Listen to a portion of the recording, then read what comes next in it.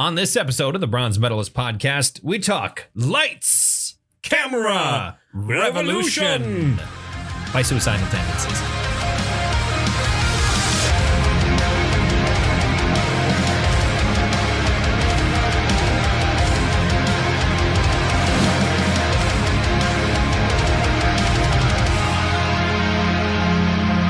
Hi, everyone.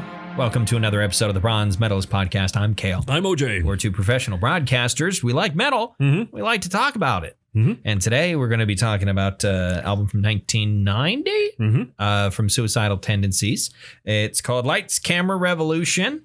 This was back in the day when there was a one Robert Trujillo? Trujillo. I've never heard his name said aloud. Really, it's Robert Trujillo.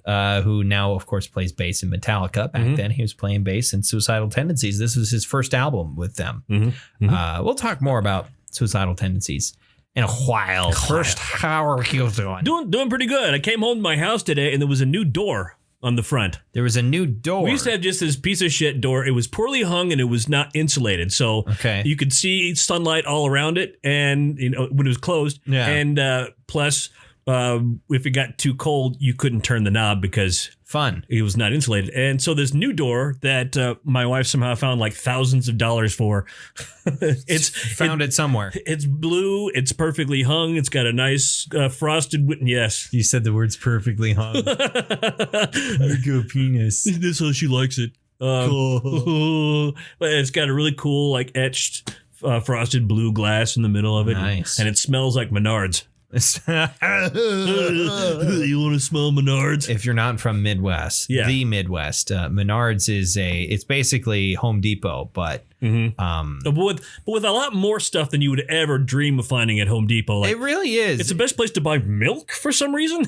They got books. They've got DVDs. I guess I've never gotten groceries at Menards. You can buy a full pantry worth of groceries at Menards. I have often found maybe it's just because, having grown up in the Midwest and for a decent portion of my childhood, there was not a Home Depot anywhere nearby. Right. And so I'm more familiar with the way things are laid out in Menards, but I can never seem to find what I need at Home Depot. Same here. I go to Menards, I'm like, there it is. Walk right to it. There it is. I know where it's at. Every store is laid out the same way, and they have been forever. Yes, the anus hooks in the one in Minot are the same place as the anus hooks as the one in Bismarck. See, we weren't recording when we made those jokes about anal hooks. About the song Meat Hook Sodomy by Cannibal Corpse. Yeah. We were talking about why would you use a meat hook? They make hooks for that. Right. Mom, don't look that up. I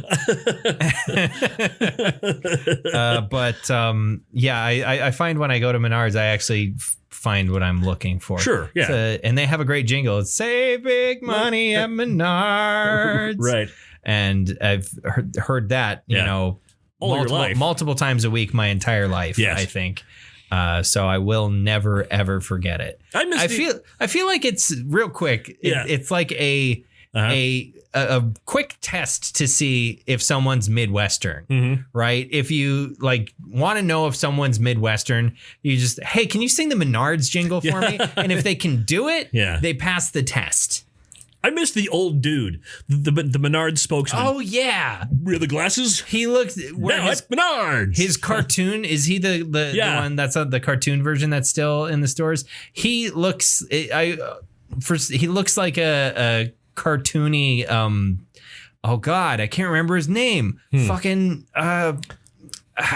Roger Ebert. Oh, sure, yeah. It does kind of like a cartoon Roger Ebert with weird hair. Yeah. With weird hair and a red apron. Yeah. It's Roger Ebert. I think the gentleman who used to play, I believe he passed away. Okay. Was there a thing that you were gonna say? That's what I was gonna say. Thing was that you missed the... I missed the old guy. The old guy. I vaguely remember actually seeing a living human as the spokesperson for Menards. Also, the fact that it's called Menards. Right. I mean, we've made the joke. We've laughed. We haven't made the joke. We've laughed at an innuendo. Sure. Several times so far. I'm gonna go get some lumber and some cheese doodles and a lampshade from testicles that I own. Yes, from these testicles that I possess. Yes, Menards. Something that I did over the weekend is it was technically supposed to be my turn again to DM session for our group where we play and we rotate Dungeon Masters, but I had absolutely nothing prepared. So I was like, we could just play the Quiet Year again, which is the system that we used to make the region that we play in. Yeah. And it's like, we can just make more. And so we did that, but it went weirdly because like it's mostly randomized. So you never quite know what you're going to end up with. And by the end, we had created just the most bleak, just asshole-filled shithole. The original town we had made it's very nice, and the people are very nice there, and they're very positive and accepting. And then we made this other place, and it just fucking sucks. Everyone's shitty. It's just awful. Nobody's nice. Nobody there is nice. Their lives are terrible. By the end, there was a like demon portal outside of town that some priests were setting up to close the portal or at least contain it. But then the game ended abruptly before they were able to complete the ritual, and it would have completed, but we had several cards that kept delaying them completing the ritual. And so the game ended before it completed. And so we just decided the demons fucking overran the town, and shit was really bad for like a couple of years before people got their shit together and drove the demons out. And so but yeah, it was just like it's just we created basically a town from Warhammer Fantasy, essentially. Like we created a town in Kislev in Warhammer Fantasy, which is not a fun place to be. Imagine northern Russia in the 1500s, but there are plate armor wearing demon Vikings who ride skinless bears that show up every once in a while and try to kill everyone. That's Kislev. Sure. And your queen is Elsa, but badass. So she's a frost queen, and she's a frost witch that has ice powers. Also, they have like the Polish winged hussars. Sure. They have those, except they ride polar bears. So that's friggin' badass. That is badass. That's really, really awesome. But they're going to be one of the main factions in Total War Warhammer 3. I don't know when that's coming out, because they've been there's the Total War series of strategy games, and they've been doing Warhammer based ones, which is I think really cool. And also it's kind of funny because the first one came out like a year after Games Workshop discontinued the Warhammer Fantasy tabletop game. Sure. And it switched it over to Age of Sigmar. And now the Total War games have been so popular that they are now bringing back a version of Warhammer Fantasy so that like anybody who still has their old Warhammer Fantasy Battles miniatures and haven't like converted them to work with Age of Sigmar or thrown them away, like, hey, your old armies, your old minis will work again. Here you go. And to maybe get new players. Sure. Meanwhile, Warhammer 40K 9th edition is apparently a massive shit show. Really? I mean, its 8th edition wasn't the greatest ever either, because like they promised lots and lots of updates and 75% of them were just Space Marines. Meanwhile, people who play Eldar are still using minis that were made in the 90s. Wow. There are certain orc minis that haven't been updated since then as well. But yeah, like they just keep on releasing updates and making new units for Space Marines. And which, hey, they're the most popular faction in the game, but they're the most popular also because they're the only ones who get new releases. And meanwhile, the Imperial Guard line has been shrinking and shrinking and shrinking because there used to be all these like cool different regiments that have like different looks and different backstories and stuff. And now there's only 2 or 3 official ones. There's what are the Acadian shock troopers, who are like the generic ones. And then there's Katakan jungle fighters, who are basically everybody's Rambo, which that's pretty cool. Okay. Everybody's Rambo, or the mercenaries from Predator. Sure. That's their whole aesthetic. And that's pretty cool. And I think those are the only two official ones now. On Forge World, there's still the Death Corps of Krieg, who are basically like, if you jammed together every army of World War I into like that, their aesthetic. Obviously, the name is German, but like their aesthetic is they incorporate elements of like every army in World War I. And that one will cost you an arm and a leg, because Forge World is like Games Workshop's premium brand, essentially. And then there used to be like tons and tons and tons of other official ones that are now discontinued, and you can't, they're not producing them anymore. There was the Armageddon Steel Legion, Valhallan Ice Warriors. They all have fucking badass names, and like they have like books about them that are super cool, and like people were really attached to them. Nah, we're not going to make them anymore. The Space Marines are more popular. Sure. It's because it's a self-fulfilling prophecy. Meanwhile, like, people have problems with Age of Sigmar, just at its foundation, because people liked Warhammer Fantasy Battles, and then it was done. And what's this new thing? Fuck this. People like new things. But at the very least, all of the factions in that game have all gotten updates pretty much equally. Like they're only on second edition at this point, but like when they updated, like, hey, we've got new models for each and every one. Like, all of you get equal attention. And there's one faction in the game that is very clearly just fantasy Space Marines, but they haven't gotten all the attention, which is a good thing, I guess. If I was going to play any Games Workshop tabletop game, it would be that one. Also because you don't need nearly as many models to actually play a game in that one. So you don't necessarily need to sink $3,000 just to have a playable army. I don't understand. It's like Magic the Gathering. Sure. Except instead of cardboard, it's plastic. It's not cardboard crack, it's plastic crack.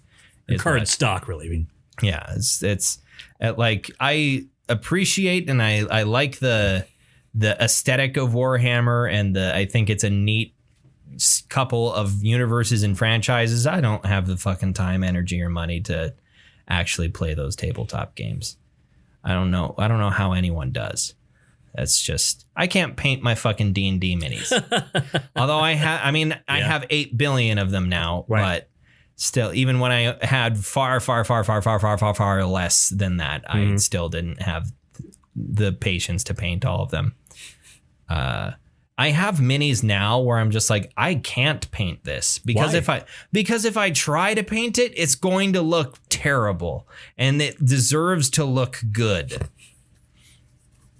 It's like I when the models are really small, and you know, they're, even if they're pretty detailed for being small, you can kind of get a pass for them not looking so great, because people aren't going to be looking, you know, you have to pull them all the way up to your eyeball to actually see them.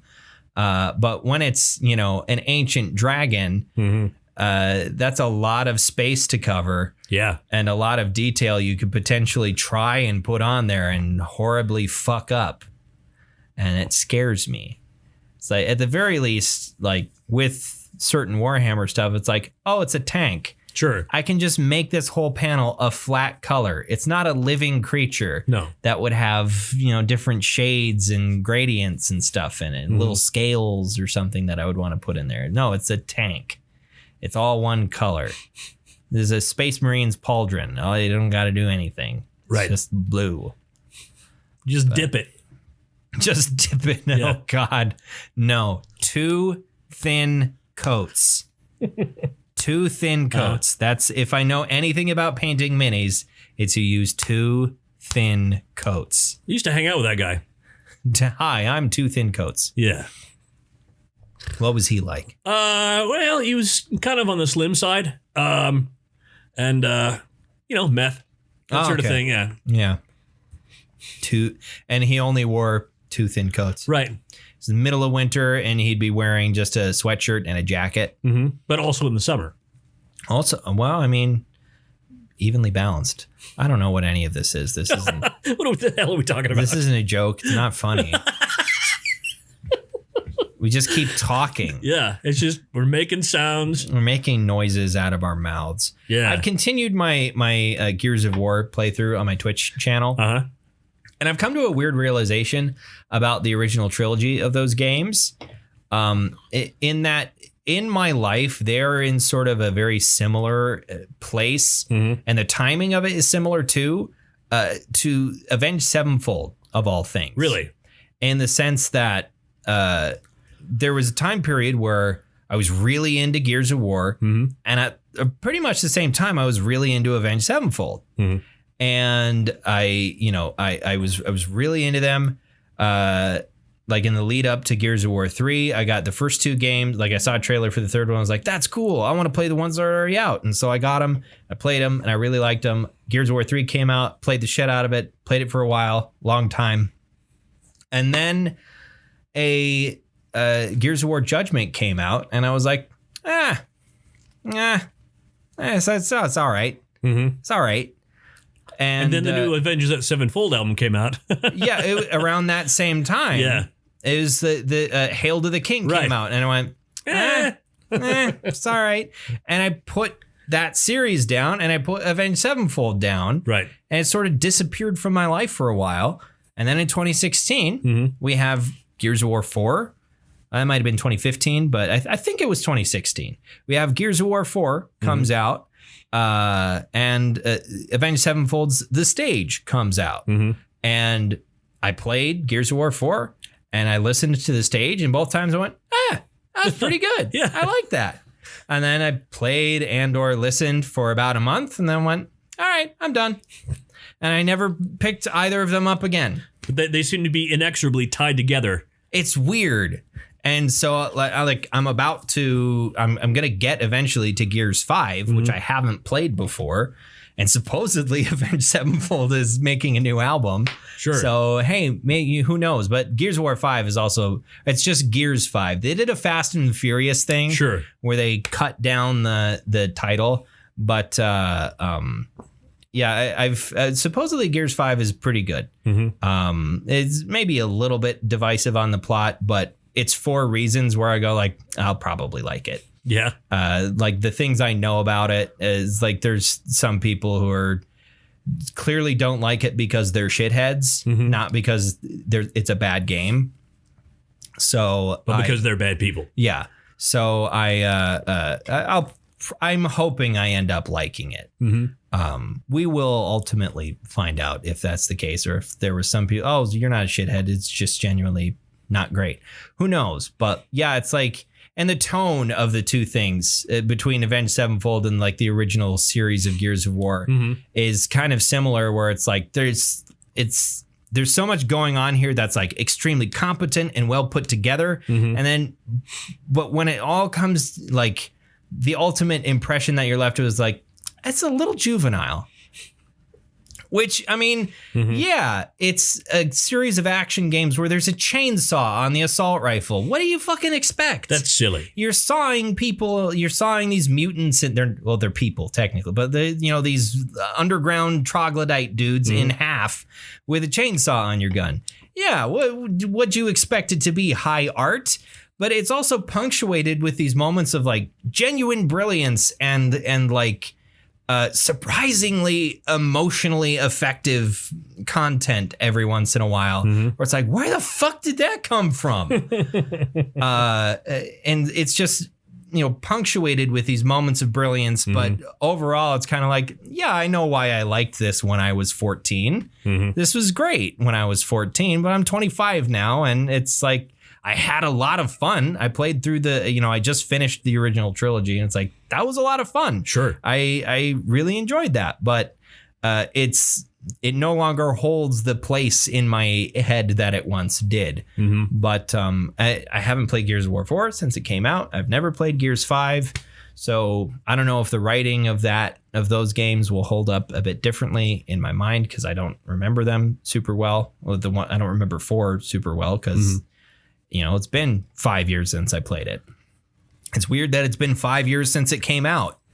But anyway, Mm-hmm. Yeah, that's what I've been doing lately. It's twitch.tv/Hingert_games. How do you spell Hingert? Hingert. So just like it sounds. Yeah. Just because, I don't know, I was like, what's a silly, stupid name? Mm-hmm. And I chose that Hingert. one. I might, you can only change your username every 60 days. So maybe I would change it to like Bronze Metalist Gaming or something. But I don't know. I like having it have a unique name. Sure. Something that's kind of silly. And people won't forget that. Mm-hmm. Hingert. Who's playing? Oh, it's Hingert. It's kind of funny. Because you got a wheel of cheese over there? What is that? It's a fine Hingert. It's it's aged 15 years. Enjoy a nice slice of Hingert with your glass of wine. Mm-hmm. Definitely a white wine. A white wine. Mm-hmm. A white wine. A rosé would ruin the... would you say that Lights, Camera, Revolution has aged like a fine wine? You know, I'd say it is. It still holds up, I think. I feel. All right. Well, we're getting to the part where we talk about the album now. Mm-hmm. Finally.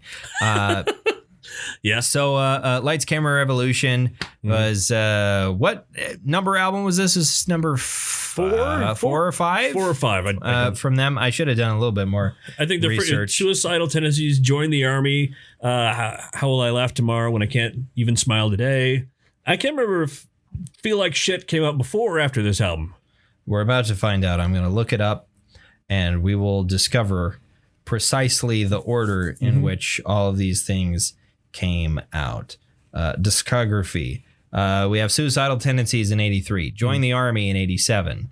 How Will I Laugh Tomorrow When I Can't Even Smile Today in 88. Controlled by Hatred, Feel Like Shit, Okay. Deja Vu, 1989. And then 1990, Lights, Camera. So this is their 5th album. Yes, number 5. If you have no idea what Suicidal Tendencies is, they're an American you could technically call them a hardcore punk band. They're more of a crossover thrash band is really what sort of gained them their notoriety. They're considered one of the forerunners of crossover thrash, along with Stormtroopers of Death, who we listened to pretty recently. Or DRI, Corrosion of Conformity is on that list as well. They were originally formed in 1980 in Venice, California by Mike Muir, who is at this point the only original member of the band left. The band also includes Ben Weinman from the Dillinger Escape Plan that we talked about last week. Now it does. At the time this album was made, it did not. When this album came out, we had Mike Muir on vocals. I said that weird. We had Rocky George on lead guitar. We had Mike Clark on rhythm guitar. Robert Trujillo. Goodness, why can't I can get the double L. Trujillo. I get the double L. I forget about the J. Trujillo. And then we have he was on bass, and then we have RJ Herrera on drums. And they're formed in Venice Beach, California. They're very Southern California. We were talking about this the other day, how I don't know anything about the geography of Southern California. Like the LA metro area, I don't know where anything is in relation to each other. Yeah, I lived there for 8 years, 9 years. No, 8 years. And I still am not 100%. Because it's insane. And I was a small child then. So it's insane, though. It's like it's such a gigantic mass of humanity. It's a sprawl. It's our most populated state. It's a massive, massive sprawl. And everything seems like it's so close together, but it's like, oh, this town. Here's Pasadena. There's this. There's that. There's that. There's Oxnard. I just see one giant blob of buildings. Yeah. My brain doesn't know how to process that many people in one place. It's like when I see pictures of Sao Paulo, Brazil, it gives me a panic attack looking at it. The sheer amount of skyscrapers in one place is like, what the fuck? Downtown. No. Or like pictures of there's cities in China that I've never heard of that have more people than I will ever see in my entire life. Just giant walls of high-rise apartments. And I'm just like, how can that many people be in one place? How is that possible? Yeah, and they'll have 8 people living in this 1.5 room apartment. Nothing's quite as bad as we're on a weird tangent here, but Kowloon Walled City. which was technically not in Hong Kong. Mm-hmm. It was technically it was across the bay. Are Hong Kong and Shanghai like next to each other? Trying to remember exactly where Kowloon Walled City was, but it's like across the bay from. I've been to Hong Kong. From Hong Kong, but kid. There was like, I think it was at its most populated, somewhere over 50,000 people in a like 1 square block area. That just kept on getting built, shacks up and up and up and up and up. There was like it had its own ecosystem, and it was a square block. It was like the site. It is now a park. It was demolished and they built a park there. Wow. And there is like a small museum there in the park about the walled city, but like it was demolished. They effectively evicted 50,000 people at once. Yeah. It was, I mean, it was insane. You can see pictures of it. It's just truly insane the way that it looked. But anyway, back to Suicidal Tendencies. So when did you get into Suicidal Tendencies? Were you into them before this album came out, or was this? I was in the Philippines, and I first heard, as with many of these bands, because that was that pivotal moment in my life.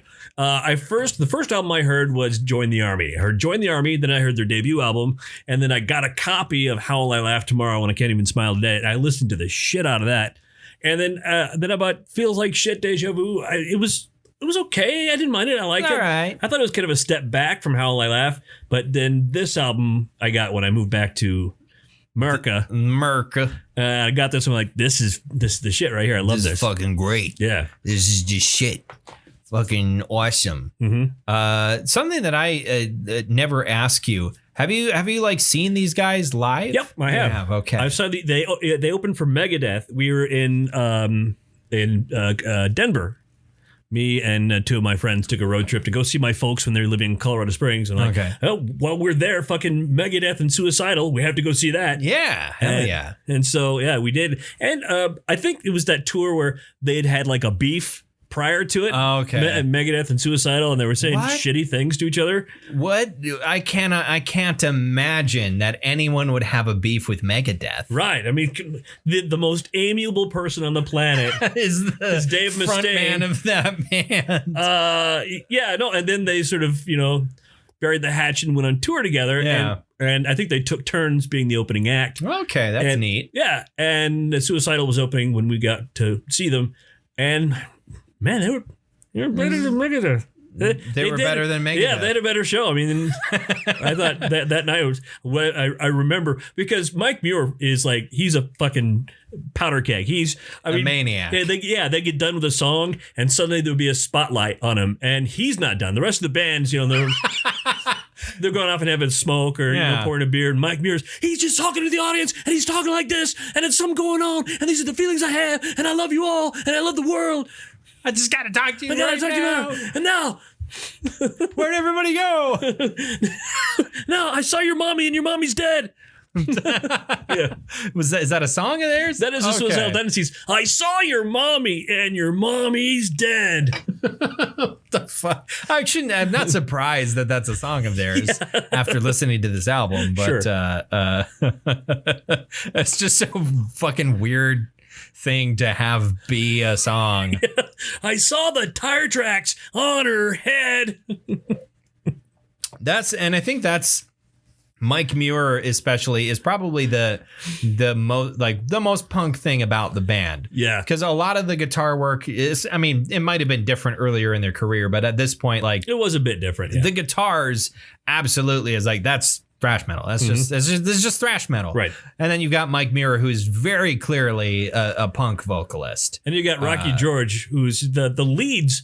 The leads that guy does are just amazing. They're very good leads. Yeah. The guitar I thought was fantastic. This is good stuff. Do you think it slaps? Yeah, yes, it slaps. It slaps. How hard does it slap? It doesn't slap as hard as some things. It slaps on more of a funny bone. I mean, there's a lot of funny shit on here. This is sort of weird, kind of off kilter albums.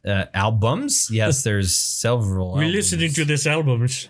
I'm kind of food drunk right now because I ate way too much for dinner. Excuse me. And so I'm drinking a beer now, but it's going on top of a whole bunch of food that I ate. So I'm just like, I'm suffering from an excess of pleasure right now. But you're like hedonism bot over there. Yeah, basically. Yeah. That's how I live my life most of the time. Just hedonism bot, but without the sex, essentially. just the food and the alcohol. I need you to rub butter on my bottom. I feel like you shouldn't rub butter on a robot. No, well, I mean, maybe hedonism bot was built for butter. It was built for hedonism, for butter lube, I guess. Yeah. You know, I just feel like you'd want something petroleum based, I would think. Anyway, I didn't take too much time looking up scores on this here record.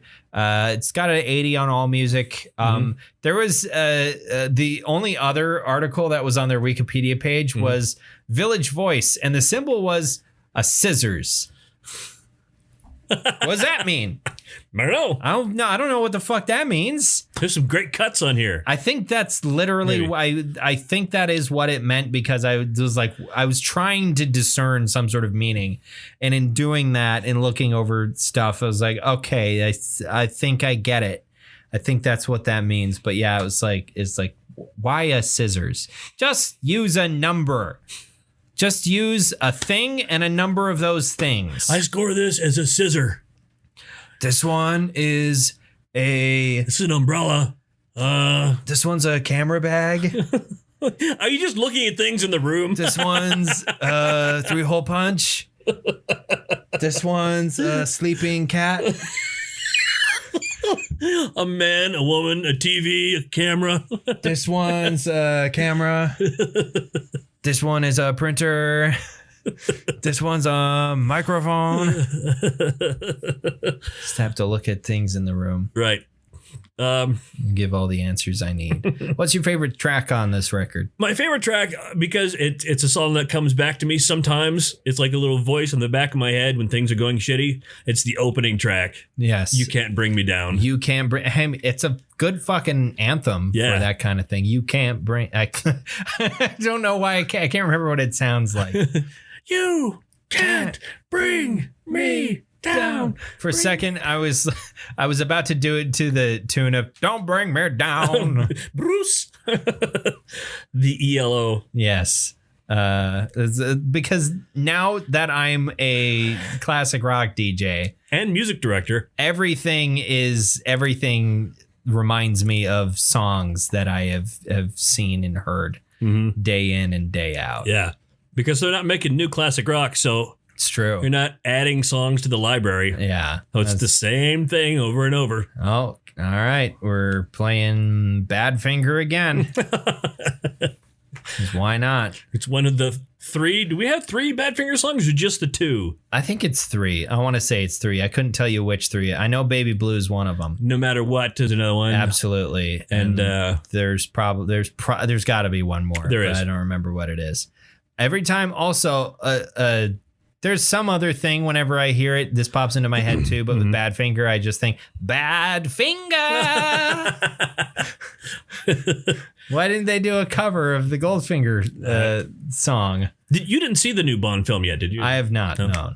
I'm not particularly into Bond films in general. They're the ones that I've seen. Like, it's fine.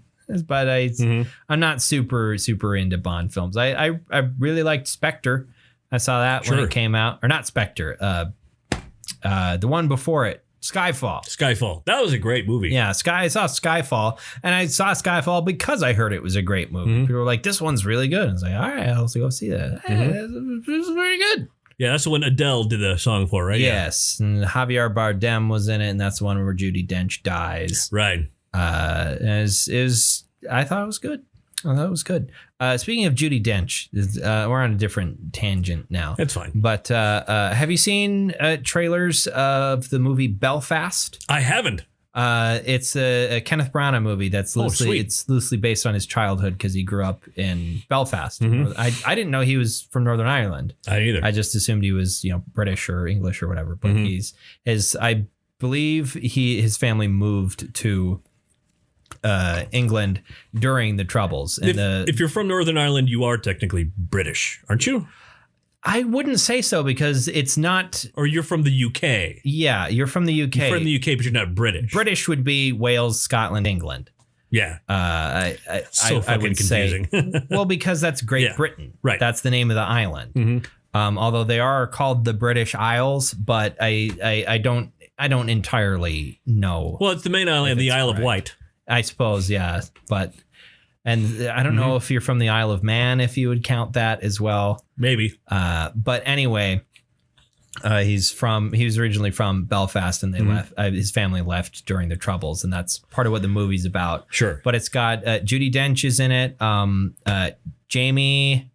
Is it Jamie Dornan? Is his last name? He played Christian Grey. Yes. In 50 Shades of Grey, which I haven't seen those. Which is just one movie? No, there's three. They made all three of the fuckers. But yeah, it's funny because like American audiences know him from those movies, whereas like audiences in like Ireland and the UK know him as like genuinely a good actor. Right. It's the same thing with Dakota Johnson. People have found out after 50 Shades of Grey is like, oh, Dakota Johnson's actually a good actress. Those movies were just awful. Right. And nobody could have made them good. I mean, she's got a great pedigree. Yeah, she's done. Dakota Johnson's done a lot of great stuff. Her mom and dad are famous actors. Who are her parents? Don Johnson and Melanie Griffith. Oh, I know who Melanie Griffith is. I'm not familiar with Don Johnson. You know who Don Johnson is? No, I don't. I know you've seen him in a shit ton of things. Sure he was on the show Miami Vice when I was a kid, but you obviously weren't alive then. But yeah, I'm not familiar with Miami. You mean the movie with Jamie Foxx? Don Johnson. The hell else has he been in? I'm Don Johnson. He was in this motherfucker. Knives Out. He was in that. I haven't actually seen Knives Out. That's a great movie. I should see it, but I haven't. I vaguely recognize him. I'm sure I've seen him in movies. Yeah. Anyway, back to the album. Suicidal Tendencies. I didn't say my favorite song. My favorite song is Give It Revolution. That is a great song, too. I think I enjoyed it partially because it was one of the more serious cuts on here. It just there is some serious, like Emotion 13 is. Yeah, it's fairly serious as well. I enjoyed that just because it was like, all right, we're taking ourselves seriously for a little bit. And I like that. Not that, everything has to be super serious, but I enjoyed that. What medal are you bestowing upon this, like Maz Kanata to Chewbacca? Like Maz Kanata to Chewbacca, I really love this album. I hadn't listened to it in a long time. As I said, it holds up for me, but not as much as it did then. I give it a silver. I'm also in silver territory here. Yeah, I enjoyed it, but I don't know how much I'm going to go. If at all, I'm going to go back to this or check out, the rest of their. Check out some of their earlier stuff. It's way more juvenile and and rough. I mean, yeah. Join the Army, great album, but it's kind of rough. Yeah, it's kind of rough. I don't know where they recorded this. Speaking of something that is kind of rough, but is not rough in terms of like it's gonna blast your face off. Next week we're gonna do the new Every Time I Die album. I figured you'd do that. Radical. It just came out last week, and oh my god, it has blown my tits off. They were gonna go with gnarly, but they decided to call it radical instead. Yeah. They also decided not to go with tubular. Yeah, yes. Yeah. But Every Time I Die from Buffalo, New York. Just fucking Buffalo, man. Fucking Buffalo, man. It is you said the word gnarly. It is a gnarly fucking album. Yeah. I have listened to it, and it might already be like my favorite thing I've listened to this year. Wow. And a fucking Panopticon album came out this year. So that's saying something. They're also intensely different albums, so it's hard to compare them. They're different emotions, different feels. Yes, completely different feelings from the two of them. But we'll talk all about Radical by Every Time I Die next week. So until then, you can go on your social medias, open up your Google Chrome or your Safari or whatever you got. Sure. And go to facebook.com and look for Bronze Metalist and give us a like or something there. And we'll post episode links on that page. And go to the Twitters and then search Bronze Metalist. And then you can follow us there as well. And we'll post episode links and, you'll get a little blip. Otherwise, just subscribe to our feed on, I don't know why I'm doing it this way. I have no idea. You can subscribe to our feed on iTunes. It's not iTunes anymore. No, it hasn't been iTunes for years. No, it's just Apple Podcasts. Podcast app. Go to Apple Podcasts, your app. It's on your phone if you have an iPhone, and subscribe there, and you'll automatically get our shit. Otherwise, there's the podcast source straight from Libsyn, who gives us our RSS feed. Well, they don't give it to us.